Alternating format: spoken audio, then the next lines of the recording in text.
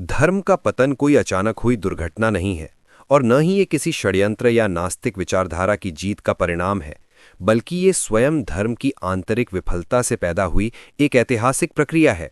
क्योंकि जिस क्षण धर्म अनुभव से हटकर संस्था बन गया, उसी क्षण उसके भीतर मृत्यु का बीज पड़ गया।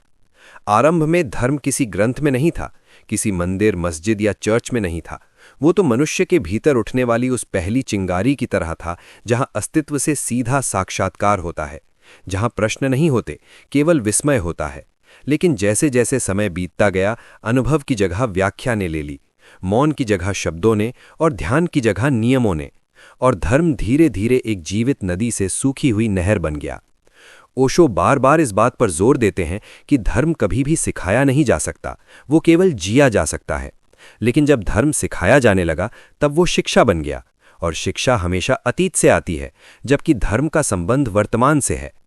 पुराना धर्म मनुष्य को ये नहीं सिखाता कि वो जो है उसे देखे, बल्कि ये सिखाता है कि वो जो है उससे भागे।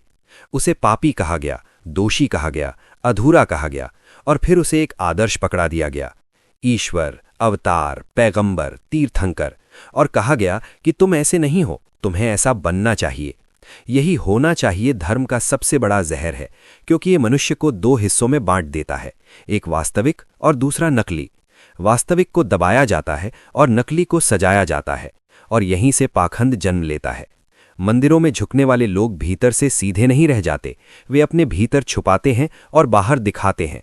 और जो समाज दिखावे पर खड़ा होता है, वो हिंसा, घृणा और भय से भरा होता है। धर्म ने मनुष्य को स्वतंत्र नहीं किया, बल्कि उसे डराया। नरक का डर, पाप का डर, ईश्वर की सजा का डर। और डर कभी भी आध्यात्मिक नहीं हो सकता। डर केवल गुलाम पैदा करता है। जैसे जैसे विज्ञान ने मनुष्य को सोचने की क्षमता दी, सवाल करने की हिम्मत दी, वैसे वैसे ये स्पष्ट होने लगा कि जिन धर्मों का दावा था कि वो मनुष्य को बेहतर बनाएंगे, वे असल में उसे और अधिक विभाजित कर रहे हैं। हिंदू मुसलमान, ईसाई यहूदी, आस्तिक नास्तिक। और ये विभाजन किसी भी जागरूक समाज की पहचान नहीं हो सकता। धर्म ने प्रेम की बातें की, लेकिन इतिहास युद्धों से भरा है। धर्म ने करुणा सिखाई, लेकिन यातनाएं दी। धर्म ने सत्य की पूजा की, लेकिन असहमतियों को जलाया। और जब किसी विचार और उसके परिणामों में इतना बड़ा अंतर हो जाए, तो उस विचार का पतन निश्चित हो जाता है। आधुनिक मनुष्य अब ये देख पा रहा है कि धार्मिक होना नैतिक होने की गारंटी नहीं है, बल्कि कई बार सबसे अधिक अनैतिक कृत्य धार्मिकता के नाम पर ही किए गए हैं। इसलिए उसके भीतर एक गहरा असंतोष जन्म ले रहा है, और यही असंतोष धर्म के पतन की असली जड़ है। ये पतन मंदिरों के गिरने से नहीं होता, ये लोगों के भीतर से विश्वास के खिसकने से होता है। और ये खिसकना इसलिए हो रहा है क्योंकि धर्म ने मनुष्य को जागरूक नहीं बनाया, बल्कि निर्भर बनाया।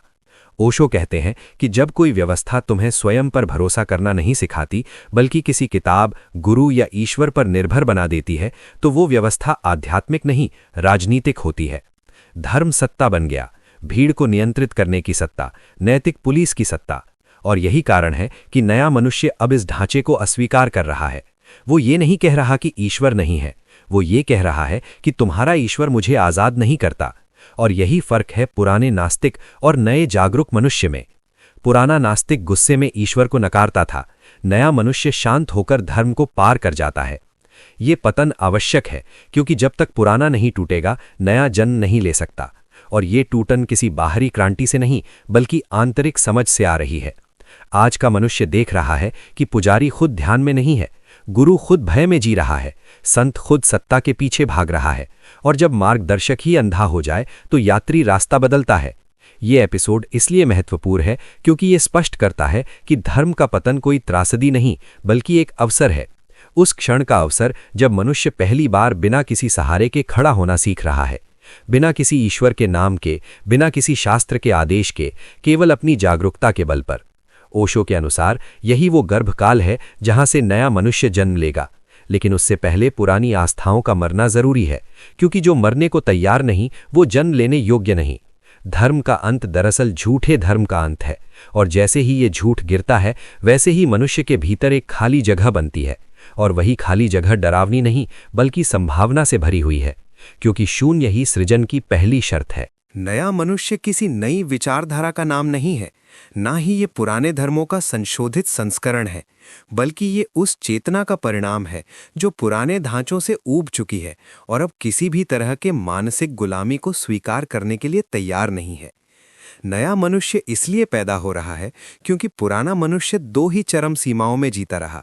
या तो वो धार्मिक था और आंख बंद करके मानता रहा, या वो अधार्मिक था और आंख बंद करके नकारता रहा, और इन दोनों स्थितियों में आंखें बंद ही रहीं। नया मनुष्य इन दोनों से बाहर निकलता है। वो मानता भी नहीं, नकारता भी नहीं, वो देखता है, और देखना ही उसकी साधना है। ओशो जिस न्यू मैन की बात करते हैं, वो न तो मंदिर का गुलाम है और न ही मंदिर का दुश्मन, क्योंकि गुलामी और दुश्मनी दोनों ही प्रतिक्रियाएं हैं, और प्रतिक्रिया कभी भी स्वतंत्रता नहीं दे सकती। ये नया मनुष्य जानता है कि धर्म का अर्थ किसी संगठन से जुड़ना नहीं, बल्कि अस्तित्व से जुड़ना है, और अस्तित्व किसी किताब में बंद नहीं होता। वो ये भी समझता है कि नास्तिकता भी कई बार धार्मिकता का उल्टा रूप होती है। जहां पहले ईश्वर को मानने का दबाव था, वहां अब ईश्वर को न मानने का अहंकार आ जाता है। नया मनुष्य इस अहंकार से भी मुक्त है, क्योंकि उसका प्रश्न ये नहीं है कि ईश्वर है या नहीं, उसका प्रश्न है कि मैं कितना जागरूक हूं। उसके लिए सत्य कोई उत्तर नहीं, बल्कि एक अनुभव है जिसे उधार नहीं लिया जा सकता। इसलिए वो गुरु के पास भी जाता है तो झुकने नहीं, देखने जाता है, सीखने नहीं, समझने जाता है। और यदि उसे लगे कि गुरु भी किसी विचार में फंसा हुआ है, तो वो वहां से भी आगे बढ़ जाता है। नया मनुष्य साहसी है, क्योंकि वो सहारे छोड़ने को तैयार है, और सहारे छोड़ना मनुष्य के लिए सबसे कठिन काम होता है। पुराना धर्म कहता था, ईश्वर तुम्हें संभालेगा। नया मनुष्य कहता है, मैं स्वयं को जागरूकता से संभालूंगा। ये मनुष्य आज्ञाकारी नहीं है, क्योंकि आज्ञाकारिता डर से आती है, और डर अचेतनता की उपज है। वो जिम्मेदार है, क्योंकि जिम्मेदारी देखने से आती है। जब तुम देखते हो कि तुम्हारा हर विचार, हर शब्द, हर कर्म पूरे अस्तित्व को प्रभावित करता है, तब नैतिकता थोपी नहीं जाती, वो अपने आप पैदा होती है। नया मनुष्य किसी शास्त्र से ये नहीं पूछता कि क्या सही है और क्या गलत। वो अपने भीतर की संवेदनशीलता से ये जानता है कि क्या हिंसक है और क्या करुणामय। इसलिए उसका जीवन नियमों से नहीं, समझ से संचालित होता है। वो परंपरा का सम्मान कर सकता है, लेकिन पूजा नहीं करता, क्योंकि पूजा करने का अर्थ है अपनी बुद्धि को त्याग देना। वो बुद्ध, महावीर, कबीर, जीसस को पढ़ सकता है, लेकिन उनके नाम पर अपनी आंखें बंद नहीं करता। नया मनुष्य गंभीर नहीं है, क्योंकि गंभीरता अहंकार का लक्षण है। वो गहरा है, और गहराई में हल्कापन होता है। वो हंस सकता है, नाच सकता है, प्रेम कर सकता है, और फिर भी पूरी तरह ध्यानस्थ हो सकता है, क्योंकि उसके लिए अध्यात्म जीवन से भागना नहीं, जीवन में उतरना है। पुराना मनुष्य शरीर को शत्रु समझता था, नया मनुष्य शरीर को साधन समझता है। न पूजा, न तिरस्कार। वो जानता है कि शरीर के बिना चेतना प्रकट नहीं हो सकती, इसलिए वो शरीर को दबाता नहीं, समझता है। सेक्स उसके लिए न पाप है, न भोग, बल्कि एक ऊर्जा है जिसे यदि जागरूकता से जिया जाए तो वो प्रेम बन सकती है, और प्रेम से ध्यान। नया मनुष्य संबंधों में भी नया है। वो किसी को अपना कहकर बांधता नहीं, वो साथ चलता है। उसके प्रेम में अधिकार नहीं, आदर होता है। वो परिवार में भी स्वतंत्रता लाता है, इसलिए उसके रिश्ते बोझ नहीं, प्रयोगशाला बनते हैं। ये मनुष्य समाज से भागता नहीं, लेकिन समाज के अंधे नियमों को भी नहीं मानता। वो राजनीति में भी आ सकता है, लेकिन सत्ता के लिए नहीं, संवेदना के लिए। वो शिक्षा में भी आ सकता है, लेकिन प्रतियोगिता के लिए नहीं, चेतना के लिए। नया मनुष्य राष्ट्रों को पहचानता है, लेकिन उन्हें पूजा की वस्तु नहीं बनाता, क्योंकि पूजा हमेशा युद्ध की ओर ले जाती है। उसके लिए मानवता किसी झंडे से बड़ी है। ये मनुष्य न तो आदर्शवादी है, न ही निराशावादी। वो यथार्थवादी है, लेकिन एक जागरूक यथार्थवादी। वो जानता है कि दुनिया तुरंत नहीं बदलेगी, लेकिन वो ये भी जानता है कि यदि वो स्वयं नहीं बदला तो दुनिया कभी नहीं बदलेगी। इसलिए उसकी क्रांति भीतर से शुरू होती है। ये एपिसोड ये स्पष्ट करता है कि नया मनुष्य कोई भविष्य की कल्पना नहीं, बल्कि वर्तमान की आवश्यकता है, क्योंकि पुरानी संरचनाएं अब मनुष्य की चेतना को सहन नहीं कर पा रही, वे टूट रही हैं। और जैसे जैसे वे टूटेंगी, वैसे वैसे ऐसे मनुष्य जन्म लेंगे जो न किसी धर्म के सिपाही होंगे, न किसी विचारधारा के कैदी, बल्कि केवल जागरूक प्राणी होंगे। और यही ओशो के न्यू मैन का वास्तविक अर्थ है। नए मनुष्य की आधारशिला किसी विचार, किसी सिद्धांत या किसी नैतिक कोड पर नहीं रखी गई है, बल्कि उसकी जड़ें जागरूकता में हैं, क्योंकि जागरूकता ही वो केंद्र है जहां से ध्यान, प्रेम और स्वतंत्रता तीनों का जन्म होता है। और यदि इन तीनों में से एक भी अनुपस्थित हो, तो नया मनुष्य केवल कल्पना बनकर रह जाता है। ओशो बार बार इस बात को दोहराते हैं कि ध्यान कोई अभ्यास नहीं है जिसे तुम दिन में 20 मिनट कर लो और बाकी 23 घंटे 50 मिनट अचेतन रहो, बल्कि ध्यान जीवन की एक गुणवत्ता है, देखने की एक शैली है, जीने की एक सतत अवस्था है। पुराना मनुष्य ध्यान को भी धर्म की तरह एक कर्तव्य बना चुका था। सुबह बैठो, मंत्र जपो, नियम निभाओ, लेकिन भीतर वही शोर, वही भय, वही लालसा चलती रहती थी। नया मनुष्य इस पाखंड को समझता है, इसलिए उसके लिए ध्यान का अर्थ है जो भी हो रहा है उसे बिना बदले, बिना दबाए, बिना सजाए देखना। वह क्रोध में भी जागरूक रहता है, वासना में भी, दुख में भी, सुख में भी, और यही देखने की क्षमता धीरे धीरे रूपांतरण बन जाती है, क्योंकि जो देखा जाता है वह बदला नहीं जाता, वह अपने आप बदल जाता है। पुराना धर्म कहता था कि क्रोध बुरा है, उसे दबाओ। नया मनुष्य जानता है कि दबाया गया क्रोध जहर बनता है, लेकिन देखा गया क्रोध ऊर्जा में बदल सकता है। यही जागरूकता का चमत्कार है। वह ना तो समर्थन करती है, न विरोध, वह केवल प्रकाश डालती है, और जहां प्रकाश होता है वहां अंधेरा टिक नहीं सकता। ध्यान से प्रेम का जन्म होता है, क्योंकि जब मनुष्य स्वयं को देखने लगता है तो वह दूसरों को भी देखने लगता है, और देखने से करुणा पैदा होती है। पुराना प्रेम जरूरत से पैदा होता था, मुझे कोई चाहिए, कोई मुझे पूरा करे, कोई मुझे सुरक्षा दे, इसलिए वह प्रेम कम और सौदा ज्यादा था। नया मनुष्य प्रेम को जरूरत नहीं, उत्सव की तरह जीता है, क्योंकि जब तुम भीतर से भरे हो तब तुम बांटते हो, मांगते नहीं। जागरूक प्रेम में ईर्ष्या नहीं होती, क्योंकि ईर्ष्या तुलना से आती है, और तुलना अचेतन मन का खेल है। जब तुम देख रहे हो कि हर व्यक्ति अनोखा है, तब तुलना अपने आप गिर जाती है। नया मनुष्य प्रेम में भी स्वतंत्रता देता है, क्योंकि वह जानता है कि जहां बंधन है वहां प्रेम नहीं हो सकता। पुराना समाज कहता था कि जिससे प्रेम करो उसे अपना बनाओ। नया मनुष्य कहता है जिससे प्रेम करो उसे मुक्त करो। यही कारण है कि उसके संबंध हल्के होते हैं, बोझ नहीं बनते। प्रेम और ध्यान मिलकर स्वतंत्रता को जन्म देते हैं, लेकिन यह स्वतंत्रता विद्रोह नहीं है, क्योंकि विद्रोह भी प्रतिक्रिया है। नया मनुष्य न नियम तोड़ने के लिए नियम तोड़ता है, न परंपरा को नीचा दिखाने के लिए उसका मजाक उड़ाता है। वह केवल अपने भीतर के सत्य के अनुसार जीता है, और यदि वह सत्य किसी नियम से टकरा जाए तो नियम गिर जाता है, सत्य नहीं। यह स्वतंत्रता अराजकता नहीं लाती, बल्कि एक आंतरिक अनुशासन पैदा करती है, जो बाहर से थोपा हुआ नहीं होता। पुराना धर्म नैतिकता थोपता था, क्या करना है, क्या नहीं करना है, लेकिन नई चेतना में नैतिकता फूल की तरह खिलती है, क्योंकि जब तुम जागरूक हो जाते हो तो हिंसा असंभव हो जाती है। यह मनुष्य किसी को चोट पहुंचाने से पहले सोचता नहीं, बल्कि देखता है, और देखने से ही रुक जाता है। ध्यान उसे वर्तमान में ले आता है, प्रेम उसे संबंधों में गहराई देता है, और स्वतंत्रता उसे जिम्मेदारी सिखाती है, क्योंकि स्वतंत्रता का अर्थ है अपने हर कर्म की पूरी जिम्मेदारी लेना। नया मनुष्य किसी ईश्वर के डर से अच्छा नहीं बनता, वह जागरूकता से संवेदनशील बनता है। इसलिए वह अकेले में भी वही होता है जो भीड़ में होता है, क्योंकि उसका जीवन दिखावे पर नहीं, समझ पर टिका होता है। यह त्रिवेणी, ध्यान, प्रेम और स्वतंत्रता किसी एकांत गुफा में नहीं बहती। यह बाजार में, परिवार में, कार्यस्थल पर, राजनीति में, शिक्षा में, हर जगह बह सकती है, यदि मनुष्य देखने को तैयार हो। ओशो के अनुसार जब पर्याप्त संख्या में लोग इस त्रिवेणी को जीने लगते हैं, तब समाज अपने आप बदलने लगता है, बिना किसी क्रांति, बिना किसी हिंसा, क्योंकि जागरूकता सबसे शांत लेकिन सबसे गहरी क्रांति है। यह एपिसोड इस सत्य के साथ समाप्त होता है कि नया मनुष्य किसी भविष्य की परियोजना नहीं, बल्कि हर उस क्षण संभव है जब मनुष्य अपनी आंखें खोलता है, और यही खोलना ध्यान है, यही बहना प्रेम है, और यही निर्भय होकर जीना स्वतंत्रता है। नए मनुष्य की आधारशिला किसी विचार, किसी सिद्धांत या किसी नैतिक कोड पर नहीं रखी गई है, बल्कि उसकी जड़ें जागरूकता में हैं, क्योंकि जागरूकता ही वो केंद्र है जहां से ध्यान, प्रेम और स्वतंत्रता तीनों का जन्म होता है।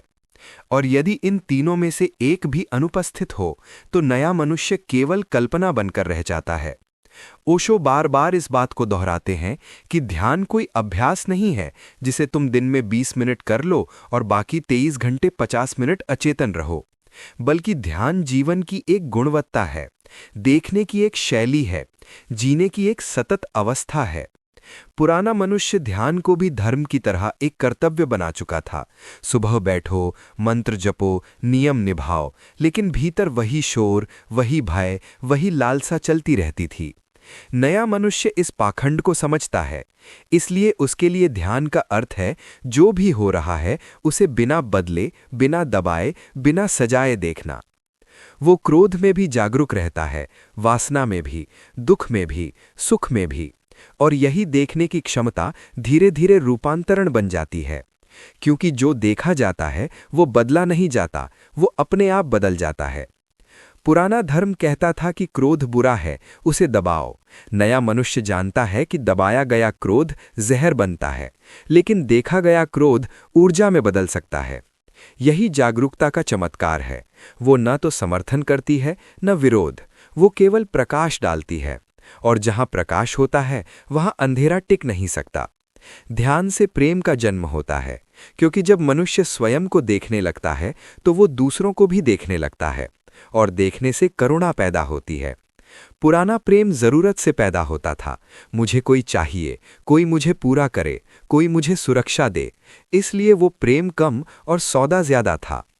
नया मनुष्य प्रेम को जरूरत नहीं, उत्सव की तरह जीता है, क्योंकि जब तुम भीतर से भरे हो तब तुम बांटते हो, मांगते नहीं। जागरूक प्रेम में ईर्ष्या नहीं होती, क्योंकि ईर्ष्या तुलना से आती है, और तुलना अचेतन मन का खेल है।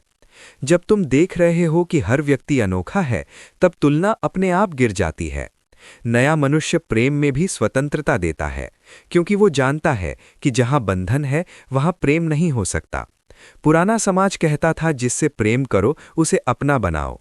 नया मनुष्य कहता है जिससे प्रेम करो उसे मुक्त करो। यही कारण है कि उसके संबंध हल्के होते हैं, बोझ नहीं बनते। प्रेम और ध्यान मिलकर स्वतंत्रता को जन्म देते हैं, लेकिन ये स्वतंत्रता विद्रोह नहीं है, क्योंकि विद्रोह भी प्रतिक्रिया है। नया मनुष्य न नियम तोड़ने के लिए नियम तोड़ता है, न परंपरा को नीचा दिखाने के लिए उसका मजाक उड़ाता है। वो केवल अपने भीतर के सत्य के अनुसार जीता है, और यदि वो सत्य किसी नियम से टकरा जाए तो नियम गिर जाता है, सत्य नहीं। ये स्वतंत्रता अराजकता नहीं लाती, बल्कि एक आंतरिक अनुशासन पैदा करती है, जो बाहर से थोपा हुआ नहीं होता। पुराना धर्म नैतिकता थोपता था, क्या करना है, क्या नहीं करना है, लेकिन नई चेतना में नैतिकता फूल की तरह खिलती है, क्योंकि जब तुम जागरूक हो जाते हो तो हिंसा असंभव हो जाती है। ये मनुष्य किसी को चोट पहुंचाने से पहले सोचता नहीं, बल्कि देखता है, और देखने से ही रुक जाता है। ध्यान उसे वर्तमान में ले आता है, प्रेम उसे संबंधों में गहराई देता है, और स्वतंत्रता उसे जिम्मेदारी सिखाती है, क्योंकि स्वतंत्रता का अर्थ है अपने हर कर्म की पूरी जिम्मेदारी लेना। नया मनुष्य किसी ईश्वर के डर से अच्छा नहीं बनता, वो जागरूकता से संवेदनशील बनता है। इसलिए वो अकेले में भी वही होता है जो भीड़ में होता है, क्योंकि उसका जीवन दिखावे पर नहीं, समझ पर टिका होता है। ये त्रिवेणी, ध्यान, प्रेम और स्वतंत्रता, किसी एकांत गुफा में नहीं बहती। ये बाजार में, परिवार में, कार्यस्थल पर, राजनीति में, शिक्षा में, हर जगह बह सकती है, यदि मनुष्य देखने को तैयार हो। ओशो के अनुसार जब पर्याप्त संख्या में लोग इस त्रिवेणी को जीने लगते हैं, तब समाज अपने आप बदलने लगता है, बिना किसी क्रांति, बिना किसी हिंसा, क्योंकि जागरूकता सबसे शांत लेकिन सबसे गहरी क्रांति है। ये एपिसोड इस सत्य के साथ समाप्त होता है कि नया मनुष्य किसी भविष्य की परियोजना नहीं, बल्कि हर उस क्षण संभव है जब मनुष्य अपनी आंखें खोलता है।